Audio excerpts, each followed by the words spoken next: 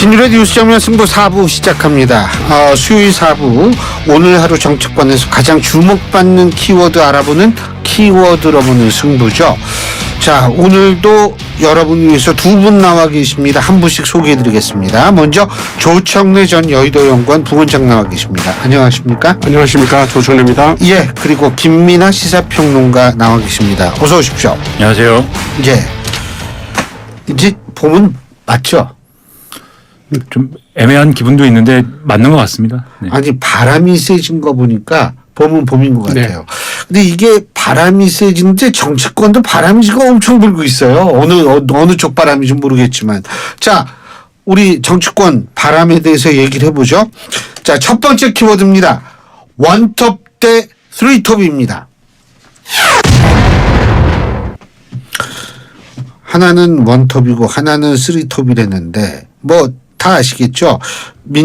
더불어민주당은 이재명 대표, 이해찬 전 대표, 김부겸 전 총리 세 사람이고, 국민의힘은 한동훈 위원장 원톱이고, 조금 전에 엄경영 소장님이 분석에 따르면 사실은 더불어민주당은 조국 원톱 체제다, 이런 말씀을 하셨는데, 자, 어떻게 평가하십니까? 우리 조청래 부원장님.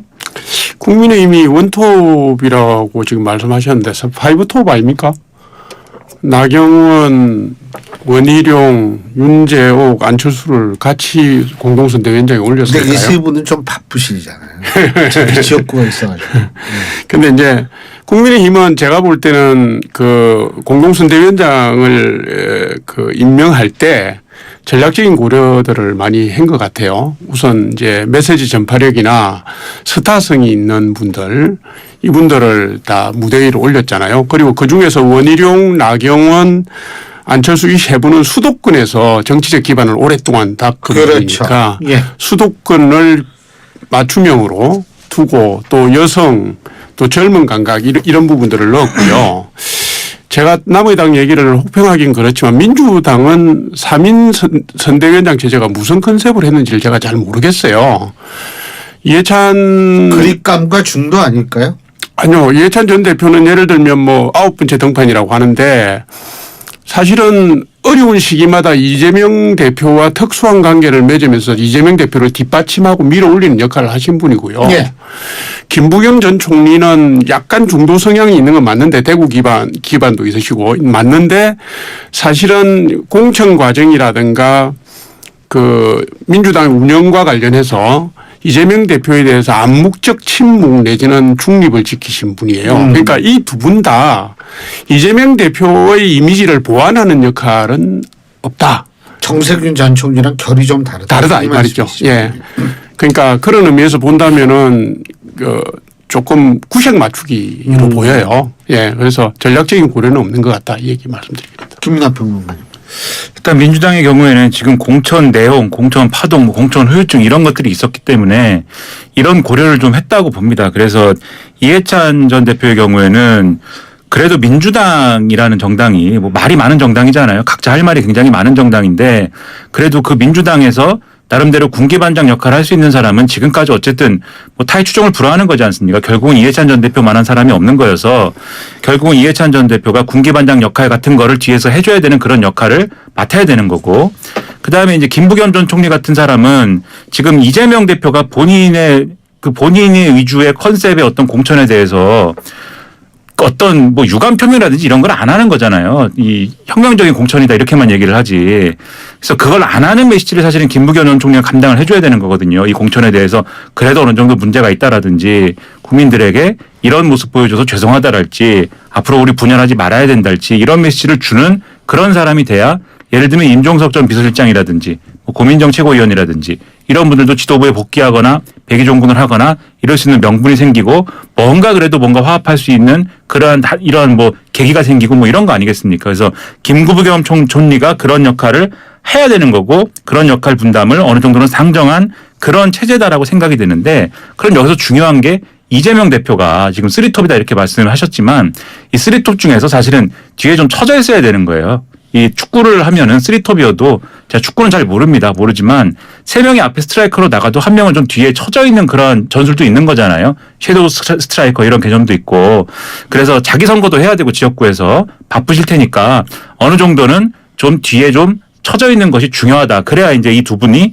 제대로 역할을 할 수 있는 그런 공간이 생긴다 이 말씀을 드리고 국민의힘의 경우에는 지금까지 한동훈 위원장이 필요 이상으로 소모된 측면이 있습니다. 왜냐하면 결국은 한동훈 대 이재명 구도를 만들어야 된다. 그렇게 해서 정권심판 구도를 희석시키겠다. 이 의도가 지금까지 있었던 거잖아요. 그러다 보니까 한동훈 위원장이 굉장히 발언을 많이 하고 메시지를 많이 던지는데 초기에는 그런 것들이 어느 정도 효과를 발휘했다라고 보지만 뒤로 가면서 이제는 국민의힘에 대한 걸 물어보면은 대부분 사실은 지금 방어하기 어려운 그런 이제 논란이나 이런 것들에 대해서 제대로 답을 하지 않고 이재명 대표 얘기를 한다든지 그리고 이제 또 가령 종북론이나 뭐 이런 쪽으로 메시지가 간다든지 그래서 이런 메시지의 진위의 문제가 아니라 이런 컨셉의 메시지가 계속 나오는 거에 대해서 중도층이 어떻게 바라볼 거냐 이 문제로 접근을 하면 한동훈 비대위원장 혼자서 요거를 감당하기는 어려울 수 있다. 손해일 수 있다. 이렇게 보이거든요. 그래서 여러 사람이 같이 이 역할을 나눠서 이제 감당하는 게 오히려 저는 낫다라는 점에서 여러 사람이 나와서 이런 컨셉으로 이제 선대위원장 하는 게 중요하다고 오히려 낫다고 저는 생각을 하는데 다만 이런 측면이 있어요. 이 국민의힘에서 한동훈 위원장만 나오지 말고 나경원, 안철수, 원희룡 이렇게 대권 주자가 될 만한 사람들이 같이 나와가지고 선대위에 결합을 해야 된다라고 하는 그러한 조언이 있었던 이유가 뭐냐면 지금 정권 심판론이 완전히 이제 이 국민의힘이 정권 심판론 구도를 완전히 돌파한 건 아니지 않습니까? 왜 그러냐 하면은 국민의힘이 여러모로 뭐 구도를 바꾸거나 이런 노력은 했지만 그 근본이 되는 뭔가 미래 비전을 제시한다든지 민생의 문제에서 뭔가 돌파구를 마련한달지 이런 게 부족했던 거잖아요. 그래서 민생의 문제나 이런 것들을 제시할 수 있는 미래 권력에 준하는 어떤 그런 느낌을 줄 수 있는 진영을 꾸려야 된다라는 그런 조언이 있었던 걸로 저는 알고 있는데 불행하게도 나경원 전 의원이나 안철수 의원 같은 경우에는 이 대통령하고 잘 지내보려다가 그게 잘 안 된 케이스처럼 지금은 돼버린 그런 이미지고 그게 아직은 유권자들의 뇌리에 남아있거든요. 그래서 이런 이미지를 어떻게 극복할 것이냐 이런 것도 숙제로 남아있다 이렇게 보입니다. 동의하세요? 일단 제가 한 가지 한동훈 위원장의 어떤 그 영향력이라든지 이런 게 축소됐다고 보십니까? 그래서 지금 국민의힘의 지지율에 영향을 미친다고 보십니까? 저는 축소되었다고 보진 않고요. 이게 이제 뭐냐면 몇 달 내내 한동훈 원톱 체제로 당을 이끌고 왔잖아요. 메시지 전파나 대중적 확장성 부분에서 그런 부분에서 뭔가 변화를 줘야 될 시점이 된 건 맞아요. 그리고 한동훈 위원장이 갖고 있는 어떤 이미지는 미래 권력을 표상하는 측면이 있고요. 그다음에 정권의 성적과 관련된 부분 일정 부분 분리된 부분도 있는 것도 사실입니다. 그래서 정권 심판론에 대한 여론조사 결과하고 한동훈 미래 권력으로서 한동훈 위원장에 대한 부분하고 이런 부분들이 분리돼서 나타난 측면도 있고 그런 거거든요. 그런데 이제 이게 선거가 전국을 다 커버를 해야 되잖아요. 지금 보면 국민의힘 입장에서는 전국에 전략 지역이 다 있지 않습니까? 낙동강 별도도 있고 호남도 지금 전석을 공천을 했고 수도권은 말할 것도 없이 지금 다 커버를 해야 되기 때문에 한동훈 위원장 원톱으로는 그 막중한 일정들을 소화하기가 힘들다. 그러니까 한동훈 위원장이 가진 이미지를 보완할 수 있는 이미지를 가진 게 원희룡 전 장관이나 나경원 전 의원이나 안철수 전 대표나 이런 분들이잖아요. 그래서 그런 의미에서 리더십 믹스를 하는 것이지 이 지지율이나 여론조사 결과의 흐름 때문에 그런 건 아니다. 이 말씀을 제가. 종북 메시지. 예?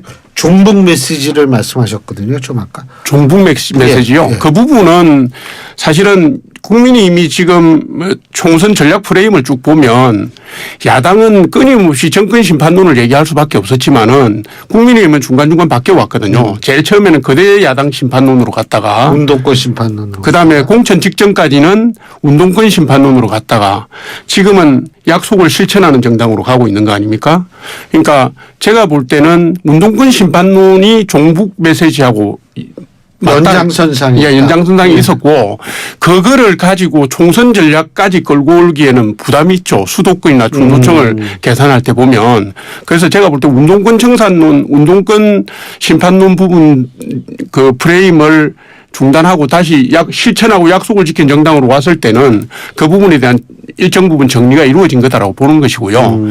제가 볼 때 총선 때까지 한동훈 위원장이 그런 이념이라든가 색깔과 관련된 메시지는 거의 내지 않을 걸로 그렇게 예상을 합니다. 그 조국 혁신당이 지금 대두가 되고 있는데 이 진영 가지고 잘 대응을 할 수 있을까요? 어떻게 보세요? 민주당이 아니면 예, 민주당이요. 민주당 입장에서는 지금 그 관계 설정을 어떻게 하느냐가 굉장히 골치 아픈 문제가 돼버렸습니다. 그러니까 지금 이제 비례대표와 관련된 어떤 지금 갈등 구조가 있는 거잖아요. 그 자신의 준 위성정당이라고 지금 주장을 하는데 어쨌든 위성정당이지 않습니까? 대놓고 얘기하면 그 더불어민주연합 측하고 이 비례대표와 관련된 갈등 구조 속에 있는 건데 본질적으로 말하면은 이전 총선 때처럼 소위 말하는 시민사회라든지 그리고 이제 위성정당에 참여하는 이런 여러 제그룹들하고의 어떤 그러한 관계가 과거에는 이 그룹들을 아우를 수 있는 어떤 영향력이라든가 이런 것들을 민주당이 주도할 수 있는 그런 위치에 있었는데 지금 이재명의 민주당이라는 요 틀로는 그게 안 되기 때문에 벌어지는 일이거든요. 사실은 냉정하게 얘기해서. 그래서 벌어지는 문제이기 때문에 이게 잘 안 풀리는 과정에 또 이전 같으면은 명확하게 조국 혁신당이라든지 요런 이제 제가 이렇게 표현하는 게 맞는지 모르겠는데 지금 마치 위성 지망 정당처럼 된 거잖아요. 조국 혁신당은 자신들은 비례대표에서 자신들을 지지해주면 지역구에서는 민주당을 지지해야 된다 이렇게 지지자들을 설득하고 있으니까 이런 정당 같은 경우는 선을 긋고 이제는 더불어민주연합을 지지해야 된다라고 강력하게 선을 긋고 가야 되는 건데 지금은 그런 캠페인을 펼치기도 좀 어려워진 상황이죠. 그래서 대응하기가 쉽지 않은 건데 제가 보니까 오늘부터는 이제 그러한 방향으로 메시지를 좀 단속하려는 기류가 있어요. 민주당의 경우에는. 이런 선대위를 꾸린 진영의 문제도 그렇고 일단은 이 조국 혁신당을 그렇게 좀 선을 강하게 긋지 못하는 이유가 공천 파동이라든가 이런 문제 때문에 사실은 근본적으로는 거기서부터 출발하는 거 아닙니까? 거기서부터 이재명의 민주당에 대한 불신이 시작이 돼서 그게 이제 조국 혁신당으로 새는 분위기가 만들어진 거니까 거기부터 단속을 하겠다라는 건데 그것도 결국은 이재명 대표가 자기 지지층에게 얼마나 이 범민주당 지지층에게 얼마나 자신의 어떤 앞으로의 구상에 대한 신뢰를 주느냐부터 사실은 시작을 해야 되거든요. 근데 이게 쉽지 않을 것이다. 그래서 요 구도가 예전에 이제 지난 총선의 열린민주당의 경우처럼 조국혁신당이 정리된다든지 이렇게 가지 않을 것이다라고 봅니다. 근데 뭐 하여간 총선 다가올수록 참 여러 가지가 많은데 자, 이 두 번째 키워드 가볼까요? 여야 공천 학살입니다. 그 국민의힘에서 지금 하태경 의원의 반발이 만만치가 않아요. 원데이터 공개해라. 예? 이분이 중성도 의리죠. 예? 어떻게 보십니까? 원데이터를 공개한 예가 없죠. 지금 우리나라 정치사에서 경선을 하기 제대로 된 경선을 하기 시작한 게 대략 한 20년쯤 됐는데요. 원데이터를 공개한 예가 없습니다. 그걸 공개를 하면 전국에 254개를 다 공개를 해야 되는 상황도 생기고 그리고 원데이터라는 게 이게 전화면접원이 여론조사를 하면서 그 설문지에다가 끄적거리기도 하고 뭐 쓰기도 하고 하기 때문에 로데이터를 공개를 할 경우에는 예기치 못한 파장이 나올 수가 있고 여론조사 기관은 그 명운을 걸어야 되기 때문에 안 되기도 하고요. 지난 대선 후보 경선 때 지금 국민의힘에서 그 여론조사 경선 그 내용을 공개하라는 논란이 있었어요. 그래서 그걸 법률적으로 제소도 하고 했는데 그게 사법부가 이걸 파고들기에도 부담이 있고 당 지도부는 이걸 공개했을 경우 이게 선례가 되기 때문에 할 수가 없는 거거든요. 그래서 심정은 이해를 하는데 그건 공개는 어려울 거다 이렇게 저는 봅니다. 어떻게 보세요? 이 하태경 의원 문제요. 결국은 이게 뭐 공개하라고 주장하지만 지금 말씀해 주신 것처럼 원데이터, 그러니까 하태경 의원이 요구하는 수준의 공개는 어려울 거고요. 지금 거의 음성 파일이나 이런 까지 다 공개하라는 거잖아요. 근데 한동훈 비대위원장이 지난번에 너무 자신 있게 우리는 경선에서 문제 제기하거나 이러면 뭔가를 공개할 수 있다까지 얘기를 했기 때문에 모종의 공개나 이런 것들은 또 액션을 취할 필요도 있지 않을까라는 생각은 합니다. 근데 그게 어느 수준인 거냐 이거는 잘 모르겠는데 어쨌든 그런 요구나 또 요구에 응하는 어떤 제스처는 있어야 될 것이다라는 생각을 하는데요. 근데 궁극적으로는 하태경 의원이 결국은 이런저런 이제 뭐랄까요. 이렇게 해서 문제 제기하고 하면서 결국은 어떤 최종적인 어떤 결단을 내려야 되는 거잖아요. 그러니까 뭐 탈당을 하는 거냐 아니면 다른 지역구 가가지고 뭘 하는 거냐 당적으로 옮기는 거냐 아니면은 대승적으로 모든 걸 수용을 해서 이 당의 승리에 기여를 하는 거냐 이런 걸 결단을 내려야 되는 건데 지금 선택할 수 있는 선택지는 결국은 이 결과를 수용하는 것밖에 없지 않느냐. 결국은 그렇게 되지 않겠습니까? 그렇다고 하면 뭐 본인의 어떤 억울함에 대해서 여러 가지 이제 한풀이성의 그런 문제 제기를 할 수도 있는 거지만 결과적으로는 대승적으로 수용하는 것이 맞다라는 생각이 들고 다만 변수가 있다라고 하면 워낙 이 지역의 경선이 좀 혼탁하게 진행된 것 같아요. 지금 나오는 여러 가지 얘기들을 보면 그 혼탁한 상황 속에서 혹시라도 이게 뭐 예를 들면 법적 문제라든지 이런 게 돌발적으로 나오게 되면 그러면 하태경 의원 입장에서는 그냥 또 대승적으로 수용하고 넘어갈 게 아닌 문제가 또 될 수도 있거든요. 혹시라도 그런 게 있으면 또 모르겠는데 그런 게 아니라고 하면은 또 수용하는 것밖에는 다른 방법은 없지 않느냐라는 생각이 듭니다. 저쪽 더불어민주당은 박용진 의원 패배가 이제 주목을 받았는데 그거 어떻게 보세요? 아니 뭐 1차 경선 예상을 하셨어요? 예? 예상을 하셨어요? 당연히 예상했죠. 당연히 예상하셨구나. 예. 이게 이제 이중 잠금세를 깔아놓은 거잖아요. 민주당이. 예. 하나는 뭐냐면 경선 방식을 지역구의 사정에 맞게 던진 건데 어찌됐든 간에 지금 민주당의 2, 3년 전의 역사를 쭉 돌아보면 강성 지지층이 권리당원으로서 발언권을 훨씬 더 크게 획득한 과정이었고요. 그다음에 이제 하위 10% 의원, 페널티 주는 의원들 보면 몇 면이 다 비명계예요. 비명계거나 당에 뭐 김남국 의원 코인 논란 때 선수된 사람이거나 혹은 전당대회나 이런 데서 경쟁했던 사람이거나 비명계의 좌장 같은 분들을 다 친 거거든요. 그렇다면 이걸 뭐 지는 거는 당연하다 이렇게 봤고요. 다만 이제 박용진 의원이 1차 경선 결과를 2차 결선까지 끝난 이후에 이걸 왜 나한테 공개를 안 했나. 당헌 당규 위반이라고 나오는 거는 좀 시기적으로 적절치는 않은 것 같아요. 결선 결과에서 보면은 여론조사에서도 이기고 권리당원에서도 이겼지만 하위 10% 감산 30% 때문에 졌다 이 내용 아닙니까? 그렇다면 지금 뭐 1차 경선 결과를 여론조사 결과나 이런 걸 공개했다 안 했다 가지고 논란을 삼기에는 좀 시점상 맞지는 않다 이렇게 봅니다. 자, 오늘 밤에 전해철 의원 나오죠. 결과. 그런 걸로 알고 있습니다. 예, 어떻게 보세요?